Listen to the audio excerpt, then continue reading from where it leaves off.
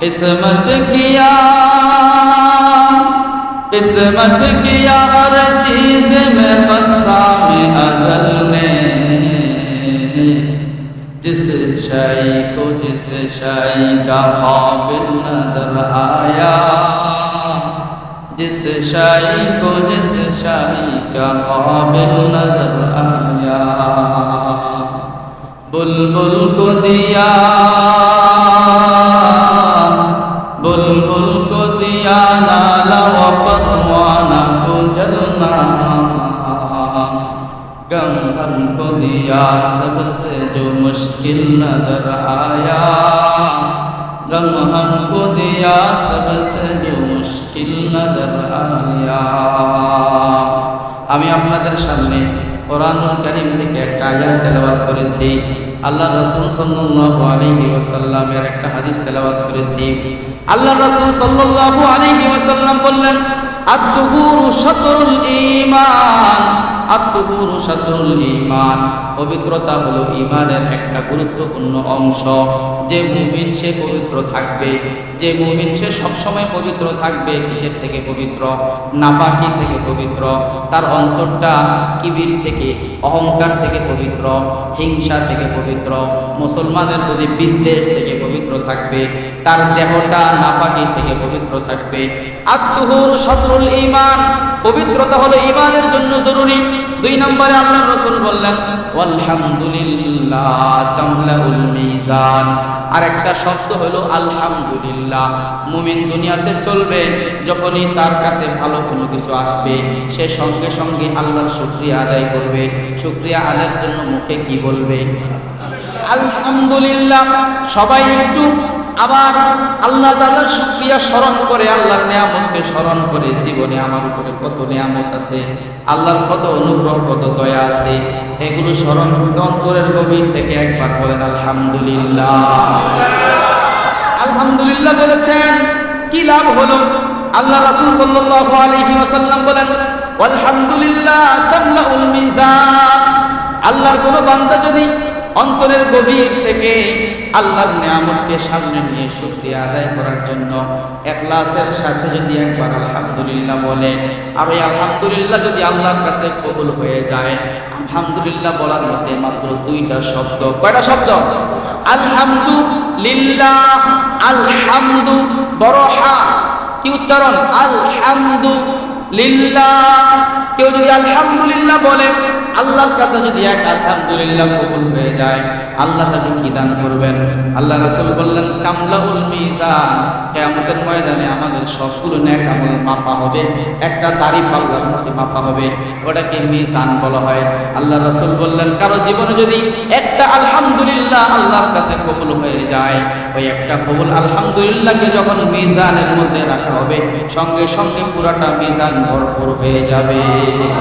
দেখি কত এরকম মুসলমানের সন্তান আছে, কোন কথার কারণে ঈমান থাকে, কোন কথার কারণে ঈমান চলে যায় তার জানা নাই। মুসলমানের সন্তান কিন্তু এমন এমন কথা মুখ দিয়ে বলে যে এই কথার কারণে মানুষ বেঈমান, এমন কথা বলতো। এই কারণে সন্তানাদিকে ইসলামের মৌলিক শিক্ষাটা জীবনের শুরুতে দিয়ে দিতে হবে। আল্লাহ তাআলা আমাদের সবাইকে তৌফিক দান করুন। হযরত সিদ্দিক আকবর রাদিয়াল্লাহু তাআলা আনহু দেশের নিরাপত্তা ব্যবস্থাকে মজবুত করার জন্য নিয়োগ দিলেন একজন চিফ জাস্টিস, একজন প্রধান বিচারপতি। বলেন তার নাম কি? ওমর রাদিয়াল্লাহু তাআলা আনহু। ওমর রাদিয়াল্লাহু তাআলা আনহু তার কার্যালয়ে বসে, মানে মসজিদে নববীতে বসে বিচার কার্য পরিচালনা করার জন্য সকাল থেকে সন্ধ্যা পর্যন্ত বসে থাকে। কেউ বিচার নিয়ে আসে না, কোনো মামলা নিয়ে আসে না। একদিন যায়, 2 দিন যায়, সপ্তাহ যায়, মাস যায়, 6 মাস যায়, এরকম করে করে প্রায় 1 বছর চলে গেল। 1 বছরে খলিফা ওমরের বিচারপতি ওমরের কাছে কেউ বিচার নিয়ে আসে না। ওমর রাদিয়াল্লাহু তাআলা আনহু গেলেন আবু বকর সিদ্দিক রাদিয়াল্লাহু তাআলা আনহুর কাছে 1 বছর পরে গিয়ে বলতেছেন, ইয়া খলিফাতা রাসূলুল্লাহ, ও আল্লাহর রাসূলের খলিফা, আপনি আমাকে বিচারপতি বানাইছেন, আমি 1 বছর পর্যন্ত এই পদের দায়িত্ব পালন করেছি, এখন আর আমি এই পদ সামলাইতে চাই না, আমি এই পদ থেকে অব্যাহতি চাই। ইন্নী আতলুবুল ইফা, আমি আপনার কাছে অব্যাহতি চাই, এই পদ থেকে আমি অবসর গ্রহণ করতে চাই, আপনি আমাকে অব্যাহতি দিয়ে দেন। আবু বকর সিদ্দিক রাদিয়াল্লাহু তাআলা আনহু বললেন, ও ওমর, লিমাযা তাতলুবুল ইফা, ও ওমর কেন তুমি অব্যাহতি চাইতেছো? আমিন মাশাক্কাতিল কাদাই তাতলুবুল ইফা, তুমি কি বিচার করতে করতে ক্লান্ত হয়ে গেছো? এত পরিমাণে মামলা আসে যে বিচার করতে করতে তুমি কাহিল হয়ে গেছো। এই বিচার করতে করতে তুমি কষ্টের মধ্যে পড়ে গেছো, এর থেকে বাঁচার জন্য কি তুমি অব্যাহতি চাইতেছো? কি জন্য তুমি অব্যাহতি চাও?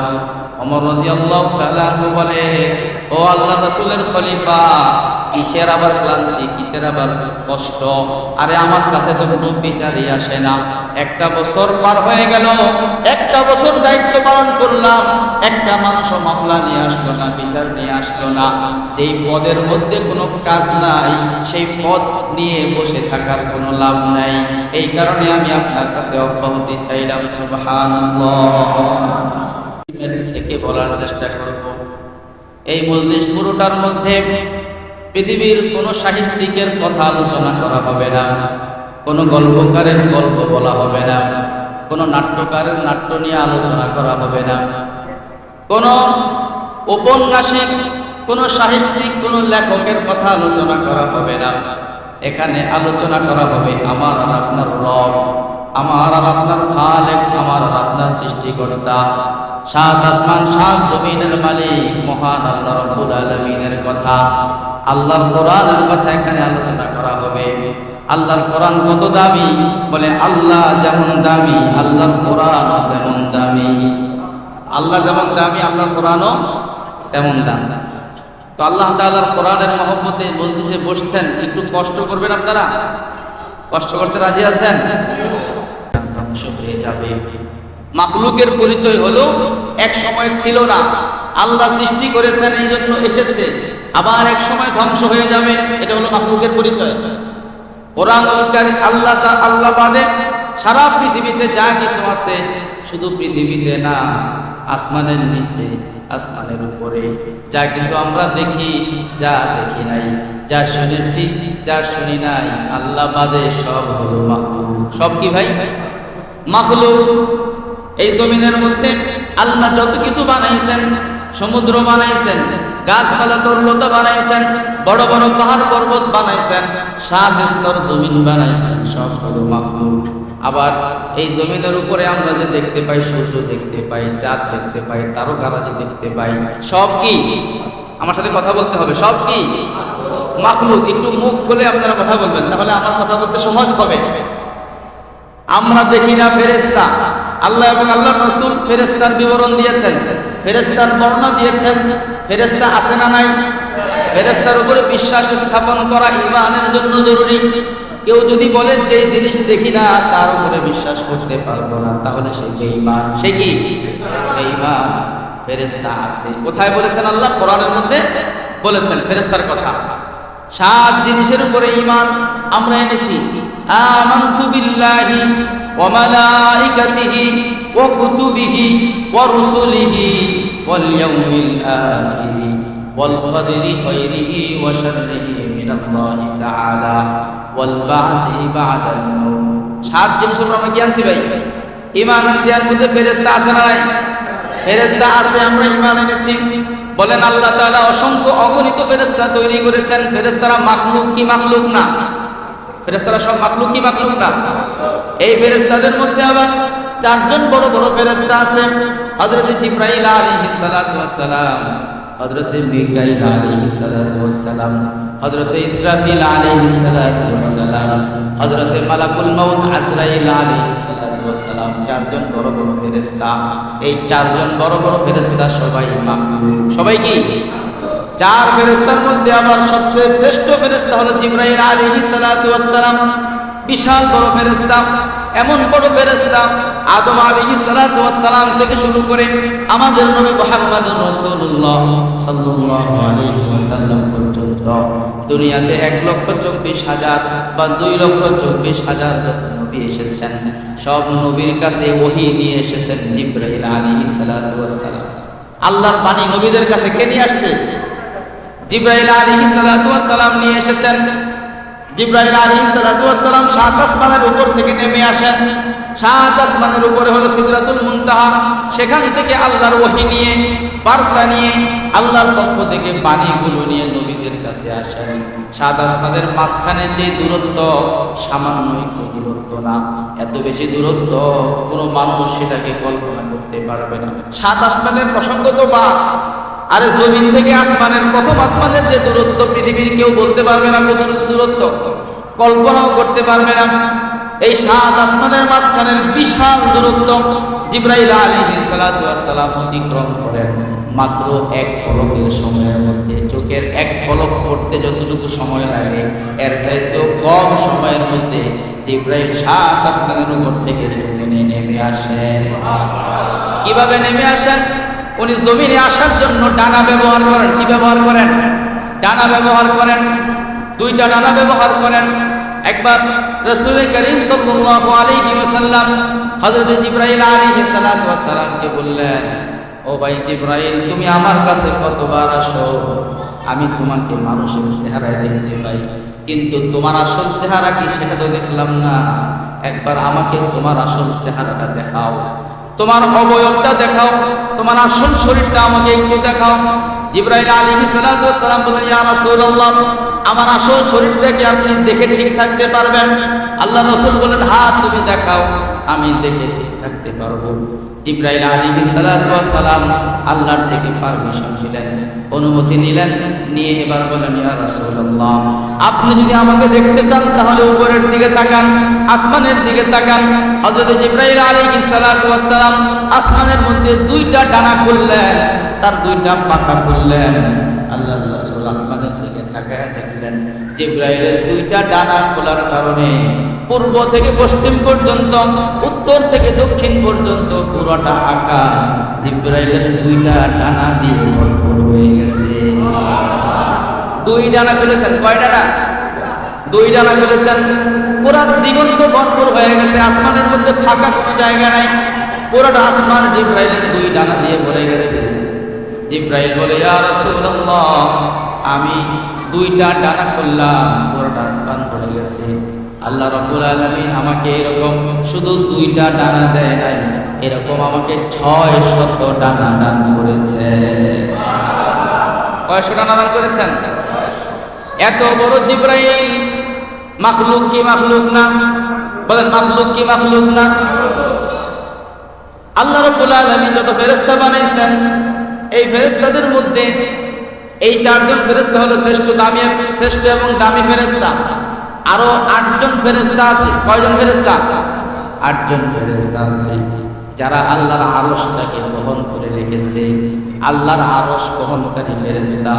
কোরআনুল কারীমের মধ্যে সূরাতুল হাক্কার 17 নম্বর আয়াতের মধ্যে আল্লাহ বললেন, ওয়া ইয়াহমিলু আরশা রাব্বিকা ফাওকাহুম ইয়াওমাইযিন সামানিয়া। আল্লাহ বললেন কিয়ামতের দিনে আল্লাহর আরশটা বহন করবে 8 জন ফেরেশতা। কয়জন ফেরেশতা? এই আরশ বহনকারী ফেরেশতাদের বর্ণনা আল্লাহ রাসূল সাল্লাল্লাহু আলাইহি ওয়াসাল্লামের হাদিসের মধ্যে দিয়েছেন। আল্লাহ রাসূল সাল্লাল্লাহু আলাইহি ওয়াসাল্লাম বলেন, উযিনা লি আন উহাদ্দিসা আন মালাকিন মিন মালাইকাতিল্লাহি মিন হামালাতিল আরশ। আল্লাহ রাসূল সাল্লাল্লাহু আলাইহি ওয়াসাল্লাম বলেন, আল্লাহ তাআলা আমার কাছে আরশ বহনকারী একজন ফেরেশতার বর্ণনা দিয়েছেন, আরশ বহনকারী একজন ফেরেশতার বিবরণ আল্লাহ দিয়েছেন। আমি তোমাদেরকে শোনাইতেছি, তোমরা শোনো। যে সকল ফেরেশতারা আরশ বহন করে রেখেছে এদের মধ্যে একজন ফেরেশতার বিবরণ শোনাই। কত বড় সে ফেরেশতা? আল্লাহ রাসূল বললেন, ওই ফেরেশতার পুরো শরীরের ব্যাখ্যা দেওয়ার মতো ভাষা কারো জানা নাই। পুরো শরীর কত বড় এটা ব্যাখ্যা দেওয়ার মতো শব্দ এবং ভাষা কারো জানা নাই।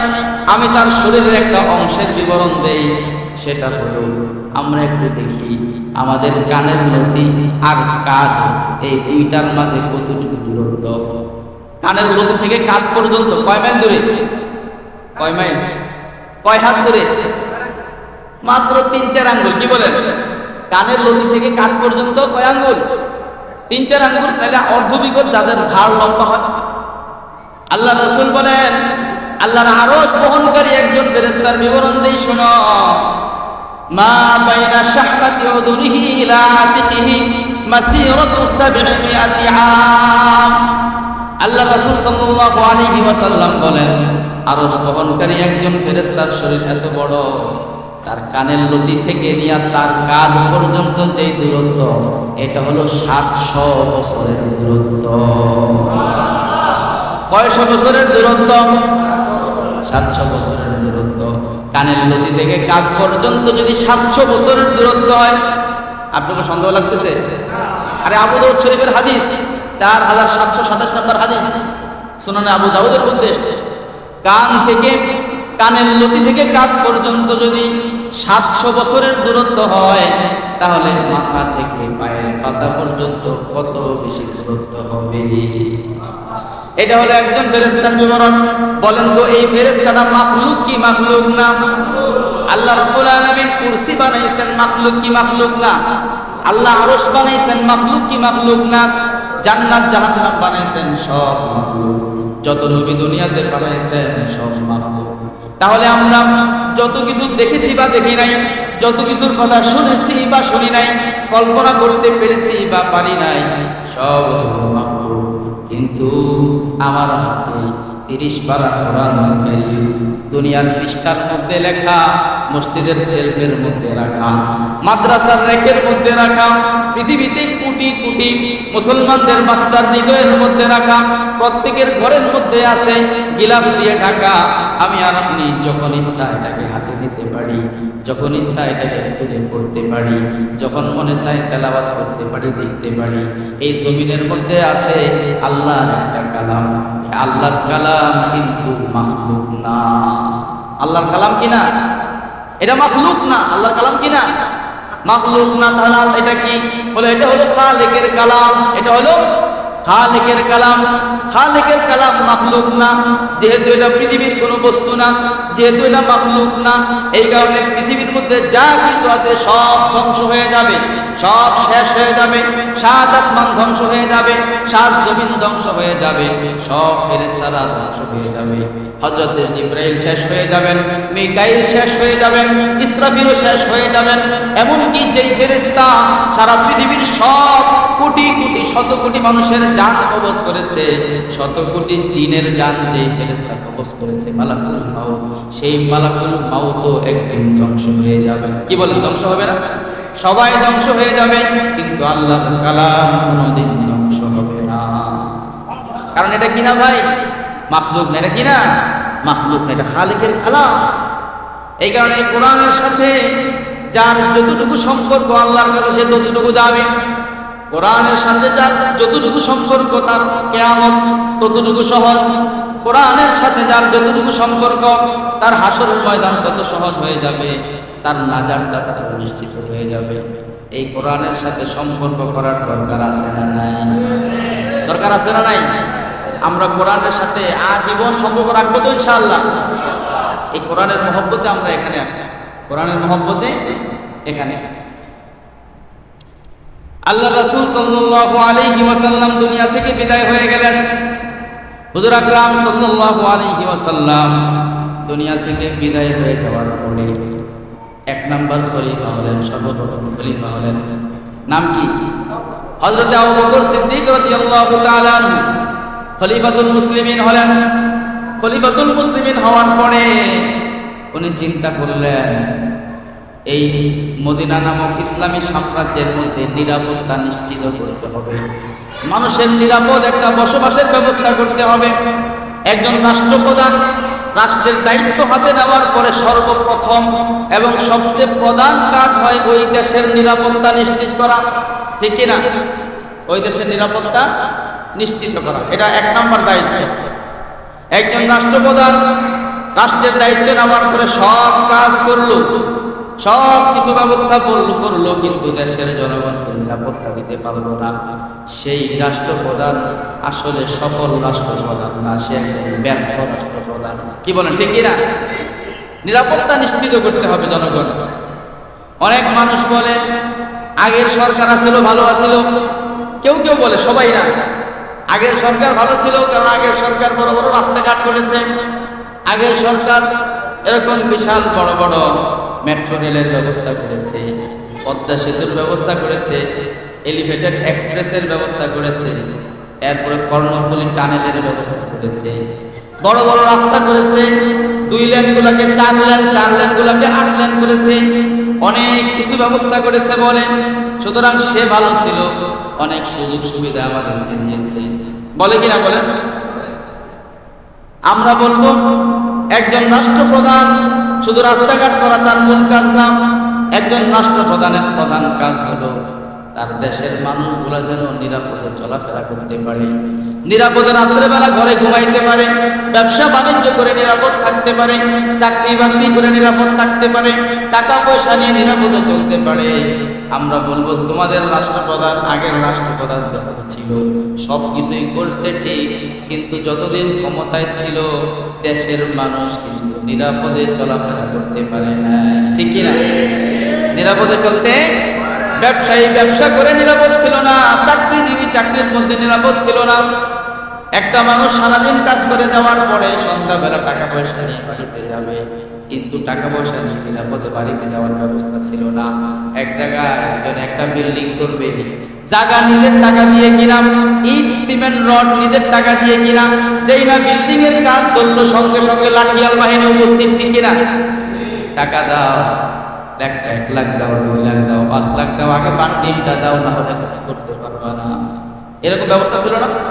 এরকম অবস্থা ছিল কিনা বলেন? নিরাপত্তা ছিল না। হযরত সিদ্দিক আকবর রাদিয়াল্লাহু তাআলা আনহু ক্ষমতায় বসে দিন আগে ভাবলেন যে দেশের নিরাপত্তা নিশ্চিত করতে হবে।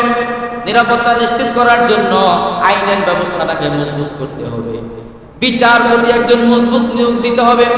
উনি চিন্তা করে দেখলেন একজন মজবুত বিচারপতি কোথায় পাওয়া যায়, কাকে নিয়োগ দেওয়া যায়।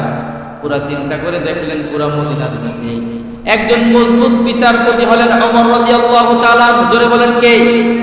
ওমর। বিচারপতি হিসেবে হযরত ওমর রাদিয়াল্লাহু তাআলা কে নিয়োগ দিলেন। ওমর রাদিয়াল্লাহু তাআলা বিচারের কার্যালয়ে বসে গেলেন, বিচার করার জন্য বসে গেলেন। মদিনার চিফ জাস্টিস কে? ওমর। প্রধান খলিফা হলেন আবু বকর, আর বিচারপতি ওমর রাদিয়াল্লাহু তাআলা। উনি কার্যালয়ে বসেন, সকাল থেকে সন্ধ্যা পর্যন্ত কার্যালয়ে বসা থাকেন। সকাল থেকে সন্ধ্যা পর্যন্ত অপেক্ষা করেন কোনো মানুষ বিচার নিয়ে আসে কিনা। সকাল থেকে সন্ধ্যা পার হয়, কেউ বিচার নিয়ে আসে না। আবার পরের দিন কার্যালয়ে বসেন, সকাল থেকে সন্ধ্যা পার হয়, কেউ বিচার নিয়ে আসে না। আবার পরের দিন পার হয়, কেউ বিচার নিয়ে আসে না।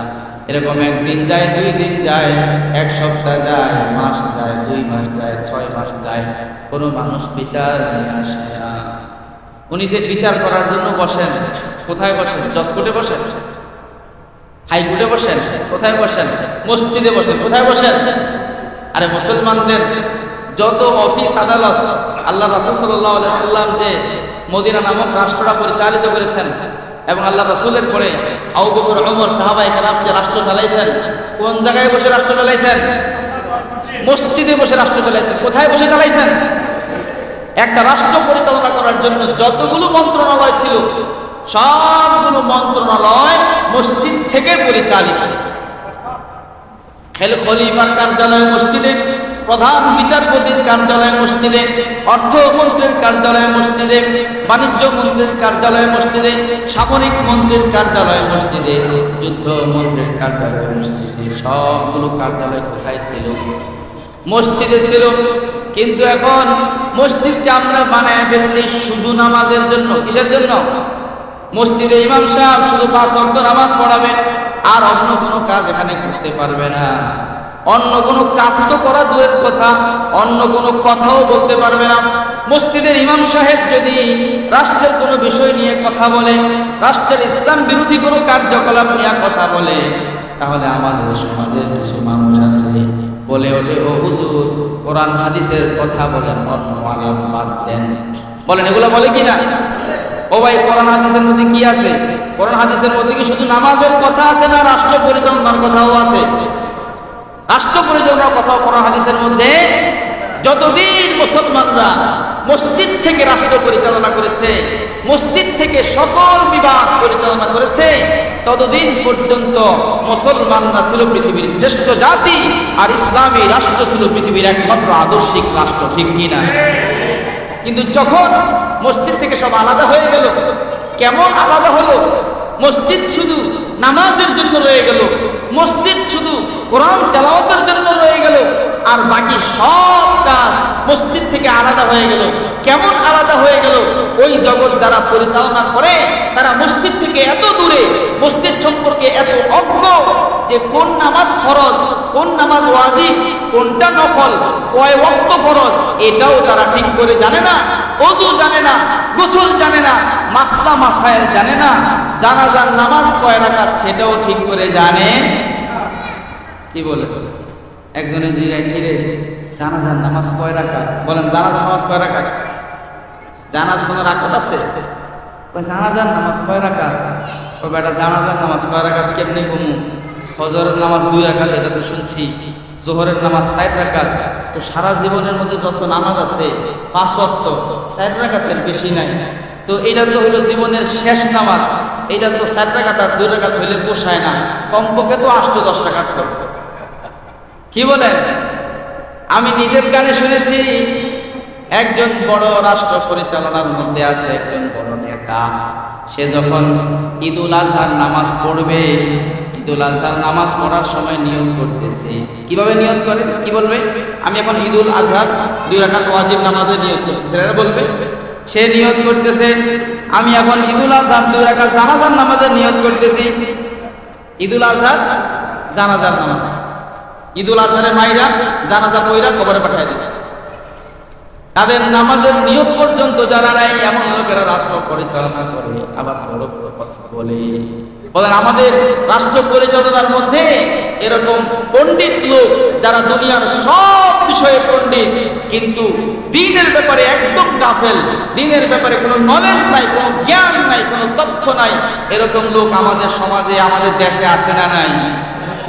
রাষ্ট্র তারা চালাইতেছে, তাদের দ্বীন সম্পর্কে কোনো জ্ঞান নাই, কোনো নলেজ নাই। আমার বড় দুঃখ লাগে যে মুসলমানদের সন্তান তারা এরকম বিদেশ থেকে পড়াশোনা করে আসছে, লন্ডন থেকে, আমেরিকা থেকে, বিভিন্ন সাবজেক্টের উপরে অনেক বড় বড় ডিগ্রি নিয়ে আসছে, পিএইচডি ডক্টরেট কমপ্লিট করে এসছে, কিন্তু তারা যখন বক্তৃতা দিতে ওঠে তো দাঁড়ায়া বিসমিল্লাহ বলে, বিসমিল্লাহির রহমানির রহিম, বিসমিল্লাহির রহমানির রহিম। শোনেননি আপনারা?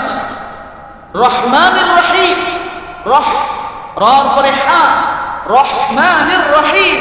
মুসলমানের সন্তান এটা হা, এটা উচ্চারণ করতে পারে না, বলে বিসমিল্লাহির রহমানির রহিম। বলে কিনা?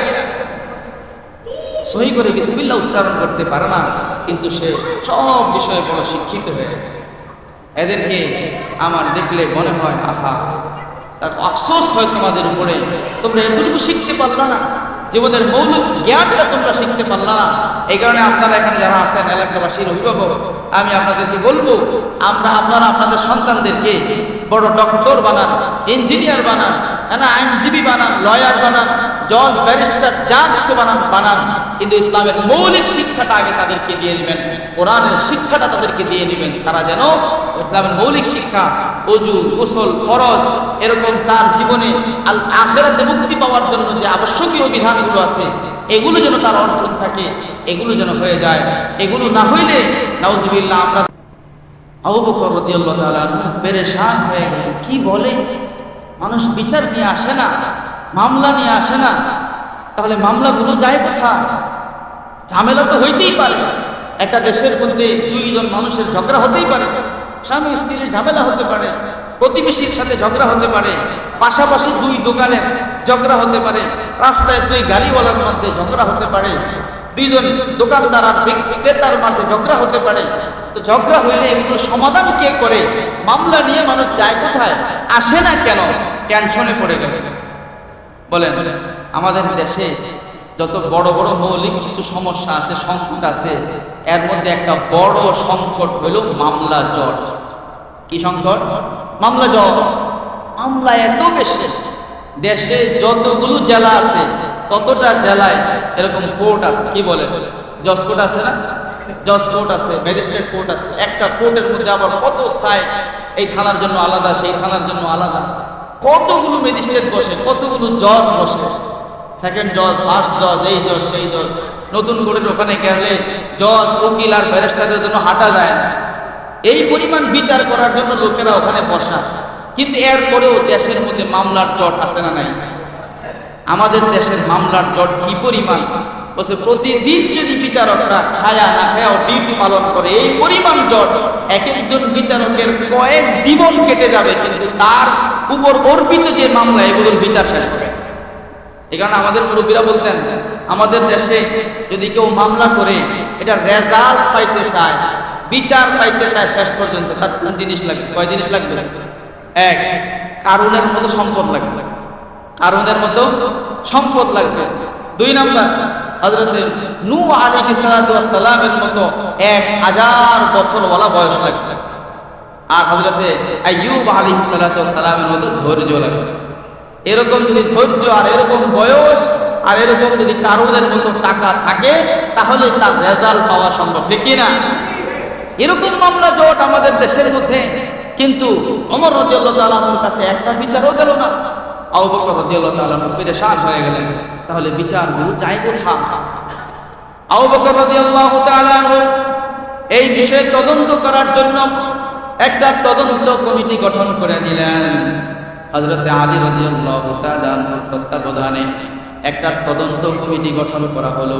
তাদেরকে দায়িত্ব দেওয়া হলো, পুরা মদিনার গলিতে গলিতে ঘুরে ঘুরে তোমরা দেখবা মানুষের মাঝে যখন ঝামেলা হয়, মানুষের মাঝে যখন ঝগড়া হয়, মারামারি হয়, এই মারামারি আর ঝামেলাগুলোর মামলা নিয়ে তারা কোথায় যায়? বিচার পাওয়ার জন্য তারা যায় কোথায়? তোমরা খবর নিবা। কেন তারা চিফ জাস্টিস, প্রধান বিচারপতি ওমরের কাছে আসে না?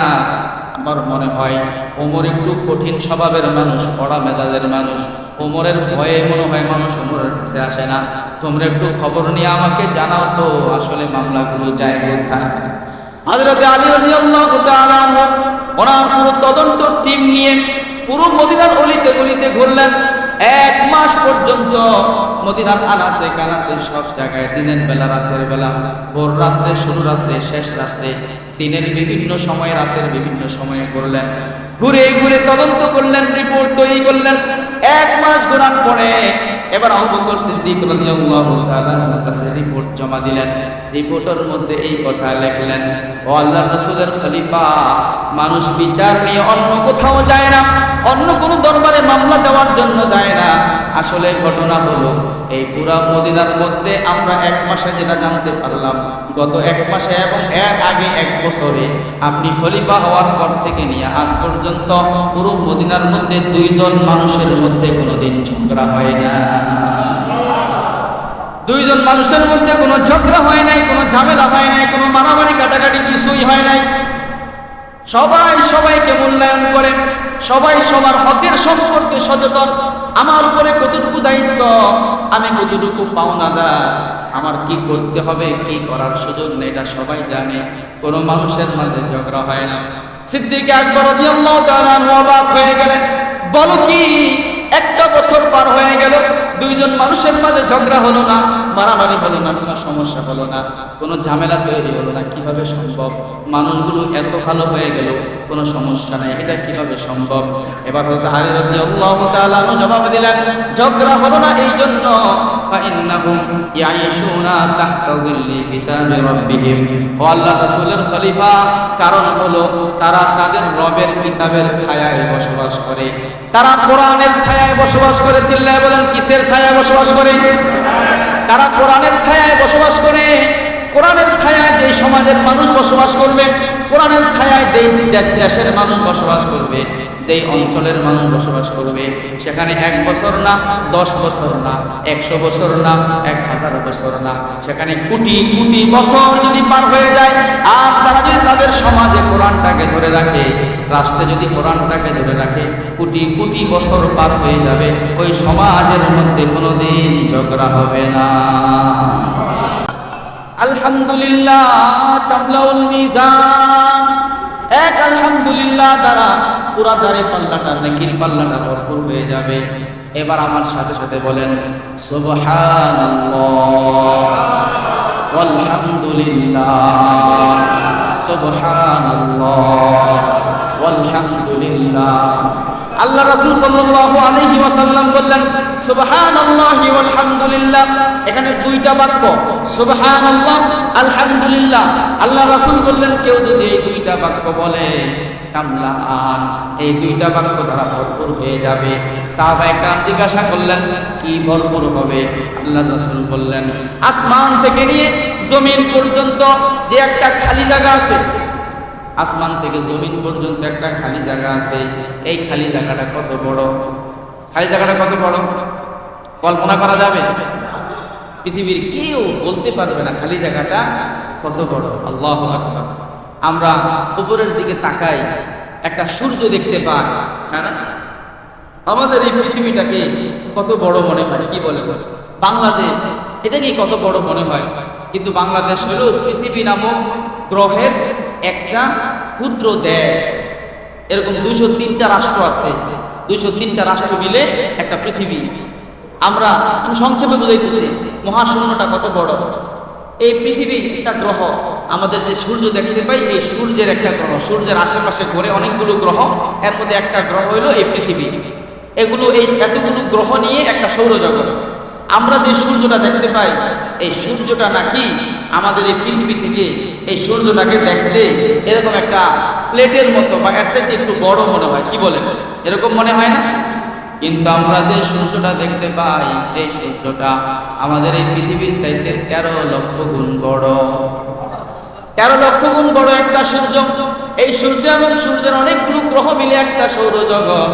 এরকম দুনিয়া আর মহাশূন্যের মধ্যে একটা দুইটা না 15,000 কোটি সৌরজগৎ আছে। 15,000 কোটি সৌরজগৎ মিলে একটা গ্যালাক্সি তৈরি হয়। 15,000 কোটি সৌরজগৎ মিলে একটা গ্যালাক্সি তৈরি হয়। আবার এরকম 15,000 কোটি গ্যালাক্সি মিলে একটা গ্যালাক্সি গুচ্ছ তৈরি হয়। গ্যালাক্সি গুচ্ছ তৈরি হয়। এগুলো কত বড় আল্লাহ ছাড়া কেউ বলতে পারবে না। আমাদের যে গ্যালাক্সি, এই গ্যালাক্সির নাম হলো মিল্কি ওয়ে গ্যালাক্সি। গ্যালাক্সির নাম কি? Milky way galaxy. Milky way গ্যালাক্সির সবচেয়ে কাছের গ্যালাক্সির নাম হলো অ্যান্ড্রোমেডা গ্যালাক্সি।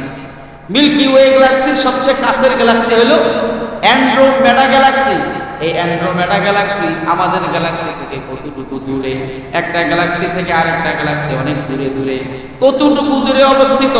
বৈজ্ঞানিকরা বলেন আমাদের গ্যালাক্সি থেকে অ্যান্ড্রোমেডা গ্যালাক্সি হলো 2.5 মিলিয়ন লাইট ইয়ার্স, মানে 25 লক্ষ আলোকবর্ষ দূরে। 25 লক্ষ আলোকবর্ষ। আমি এই ব্যাখ্যা আমাদেরকে শোনানোর সময় নেই। 25 লক্ষ আলোকবর্ষ কি জিনিস? যদি কেউ আমাদের গ্যালাক্সি থেকে অ্যান্ড্রোমেডা গ্যালাক্সিতে যাওয়া শুরু করে, পৃথিবীর সবচেয়ে দ্রুতগামী যান দিয়ে যাওয়া শুরু করে, বা পৃথিবীর সবচেয়ে বেশি গতিশীল জিনিস দিয়ে যাওয়া শুরু করে, পৃথিবীতে যত জিনিসের গতি আছে এর মধ্যে সবচেয়ে গতিশীল জিনিস হলো আলো। সবচেয়ে বেশি গতিশীল জিনিস কি ভাই? আলো। আলোর গতি কতটুকু? আলোর গতি হইল সেকেন্ডে 1,86,000 মাইল। আর যদি কিলোমিটার হিসাব করি তাহলে সেকেন্ডে 3 লক্ষ কিলোমিটার। আলো সেকেন্ডে কতটুকু যায়? 3 লক্ষ কিলোমিটার।